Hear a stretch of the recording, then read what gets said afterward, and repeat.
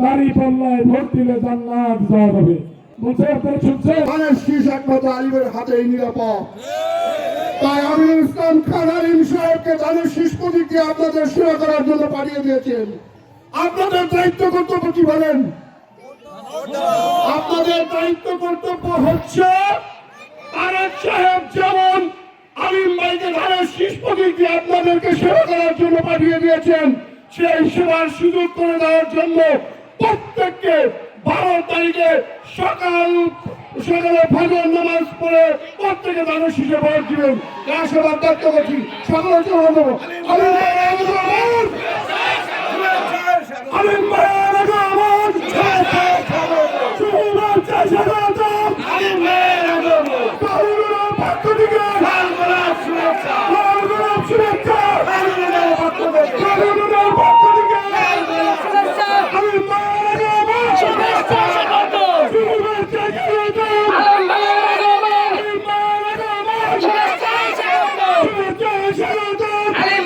আগমন, প্রিয় সংগ্রামী সাথী বন্ধুগণ, বিশেষ করে এখানে আজকে আমাদের মা বোনেরা উপস্থিত আছেন। আপনারা প্রত্যেকে একজন আলিম সেজে প্রত্যেকের ঘরে দাঁড়িয়ে ধানের শীষে ভোট দেবেন। সেবার দায়িত্ব রেখে আমি আমার সংক্ষিপ্ত কথা শেষ করছি। আসসালামু আলাইকুম ওয়া রাহমাতুল্লাহি ওয়া বারাকাতুহু। সেই মহান ব্যক্তিত্ব ঢাকা বিশ্ববিদ্যালয় সবুজ চত্বর থেকে বেড়ে ওঠা রাজপথের লড়াকু সৈনিক, সাবেক ছাত্র দলের সোনালী ফসল, সাবেক সাধারণ সম্পাদক, সিরাজগঞ্জ জেলা বিএনপির সম্মেলন প্রস্তুত কমিটির সংগ্রামী সম্মানিত আহ্বায়ক, সিরাজগঞ্জ রাজশাহী বিভাগের সাংগঠনিক সম্পাদক, আমাদের ধানের শীষের সিরাজগঞ্জ 5 বেলকুচি চৌহালি এনায়তপুরের মা মাটি মানুষের নেতা, ধানের শীষের প্রিয় অভিভাবক জনাব আমিনুল ইসলাম খান আলিম ভাই আপনাদের সম্মুখে বক্তব্য নিয়ে আসছেন সিরাজগঞ্জ 5-এর ধানের শীষের মনোনীত প্রার্থী জনাব তারেক রহমানের আশীর্বাদ পুষ্ট ছোট ভাই হিসাবে যিনি পরিচিত সেই মহান নেতা আমিনুল ইসলাম খান আলিম ভাই।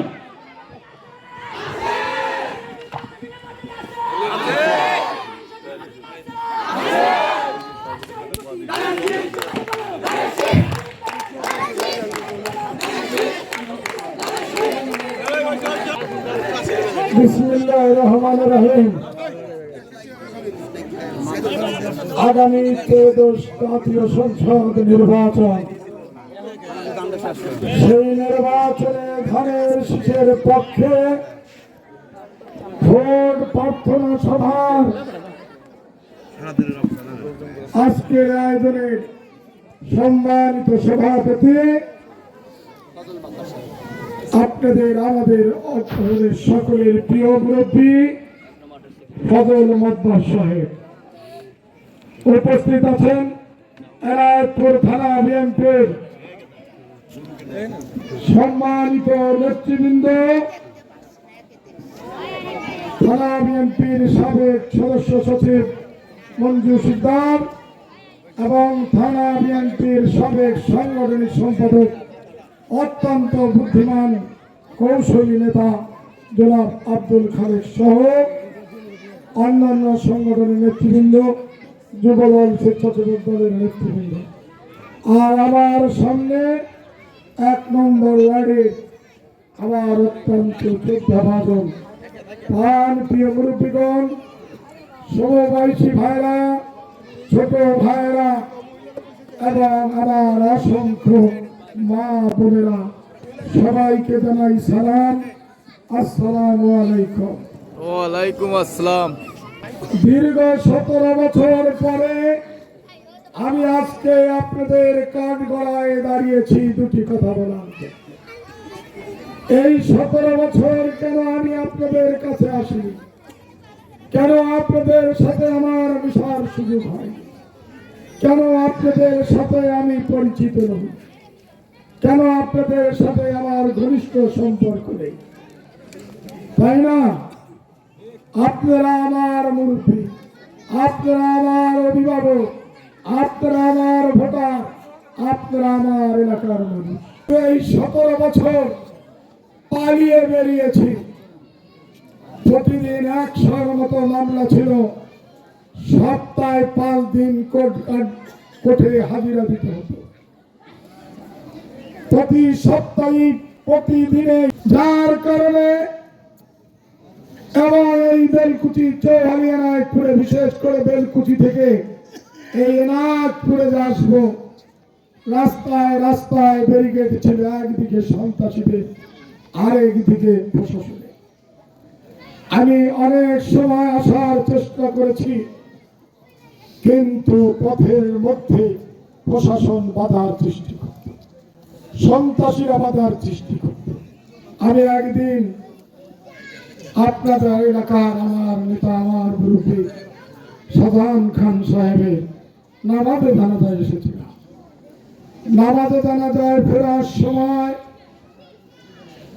শুনলাম কড়িতলায় বসে আছে সন্ত্রাসীরা, আমাকে আক্রমণ করবে। মেসেজ আসলো, দিন তারা আমার সাথে ঘুরেছে, তার কেউ খাইনি, ক্ষুধার্ত ছিল। সমস করে আমরা সবাই মিলে একটি হোটেলে খেতে বসলাম। আমাদের খাওয়া অর্ধেক হয়েছে। এই সময় দেখলাম একটি পুলিশের ভ্যান এসে হোটেলের সামনে দাঁড়ালো। তার 2 মিনিট পরেই একদল সন্ত্রাসী ওখানে এসে হোটেলের মধ্যে আমাকে খুঁজতে থাকলো এবং ওখানে তারা অস্ত্র, চাপাতি, চাইনিজ কুড়াল নিয়ে আমার উপর আঘাত করলো। মহান রব্বুল আলামিন অশেষ রহমতে তারা আমাকে চাইনিজ কুড়াল দিয়ে, আমাদের মাঝখানে একজন তাকে ঝাপটা ধরার কারণে ভাঙ্গা বাড়িতেও হামলা করা হয়েছিল। আমার বাড়িতে গিয়ে আমার বাচ্চাদের সামনে দাঁড়িয়ে অনেক রাউন্ড গুলি করা হয়েছিল। আমি তখন নামাজ পড়তেছিলাম মাগরিবে। এই ছিল এই আমার বন্ধুত্ব গড়ে তুলতে পারিনি। আপনারা এই কারণে সবাই আমাকে ক্ষমা করে দেবেন। ক্ষমা করে দিলেন তো? এখন সুযোগ হয়েছে, প্রতিদিন আসছি, বারবার আসবো, আপনাদের পাশে, আপনাদের কথা শুনবো, আপনাদের সমস্যার কথা শুনবো। কারণ আপনাদের সমস্যা সংসদে তুলে ধরা আপনার এলাকার করার দায়িত্ব যিনি আগামী দিনে জাতীয় সংসদ সদস্য হবেন তার, কি তাই না? কাজেই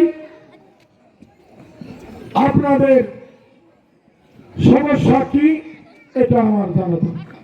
মুরব্বীরা আছেন, কেউ যদি বলতে চান যে আমাদের এই সমস্যা, আমাদের এমন চাওয়া পাওয়া, এমন আমাদের আগামী দিন বাংলাদেশ কেমন হবে, এই বিষয়ে আপনারা, আমার বোনেরা, মায়েরা আছেন, তাদেরও চাওয়া পাওয়া কি, তাদের কোনো সমস্যা আছে কিনা, তারা কি চায়, এটা কি আমার জানা দরকার আছে না?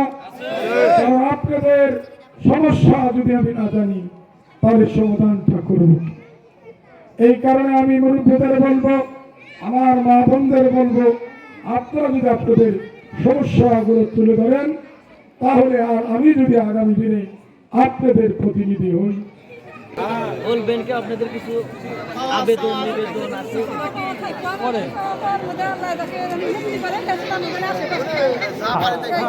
মাইক দেবন। আসসালামু আলাইকুম। আমাদের নেত্রী পিছিয়ে আমরা থাকার জন্য অবস্থান নিয়েছি, নেতার জন্য, তার কাছে জানি আমরা দেখে জানি তাকে ভোট দিয়ে করা পারি, তাকে জানি যখন তখন জানি আমরা পাশে পাই, যাকে জানি মুক্তি করার জন্য তাকে আল্লাহ করবেন। সাধারণ অবস্থায় সবাই যাবেন, ভোট দিবেন, জানি শেষে ভোটটা দিবেন, সবাই ভোট পাবেন। আর আমিন ভাইদের জন্য সবাই ভোট চাইবেন। মা বোনেরা, ভাই বেরাদার, বাবা যারা আছেন সবাই ভোট পাবেন। আসসালামু আলাইকুম। ঠিক আছে। এদিকে আমার মুরব্বীরা আছে, আপনারা কেউ কিছু বলবেন? বলবেন?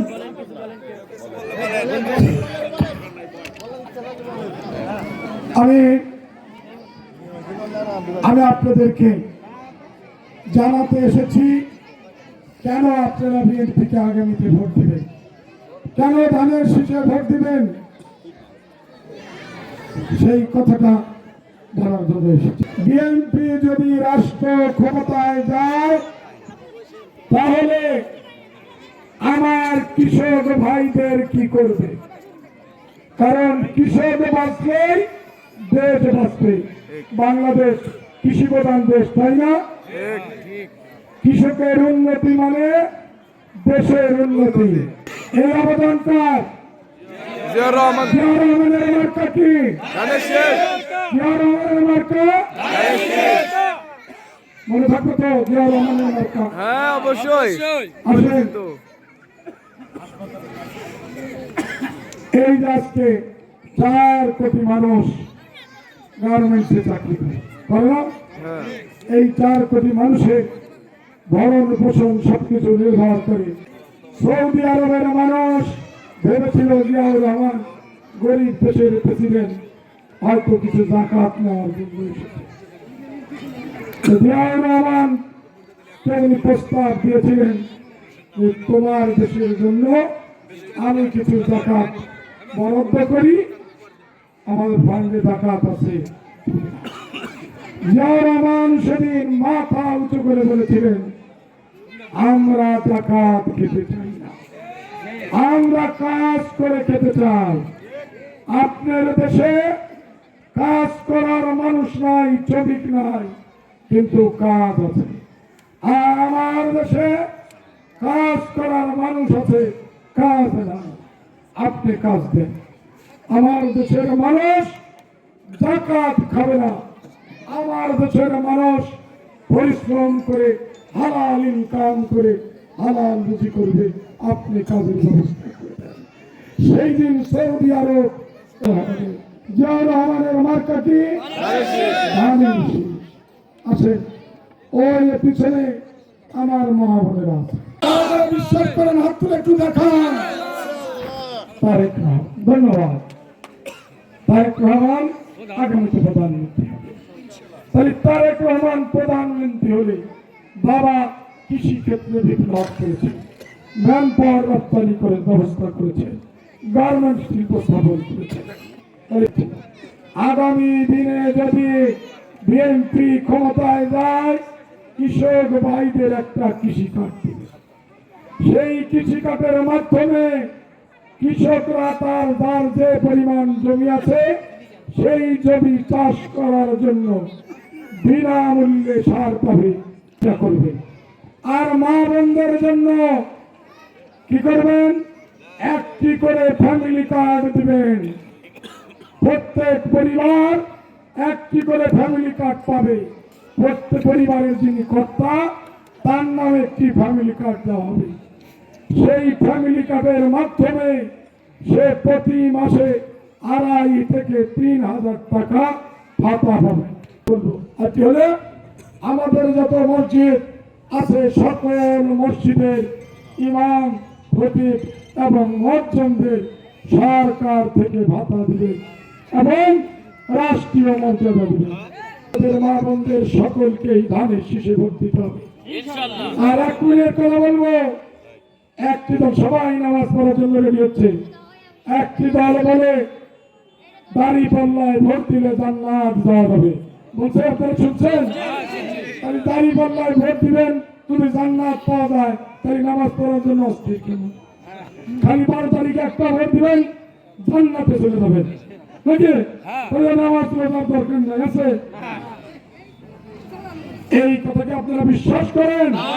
বিশ্বাস করেন? যারা বিশ্বাস করবেন তাদের ঈমান নষ্ট হয়ে যাবে।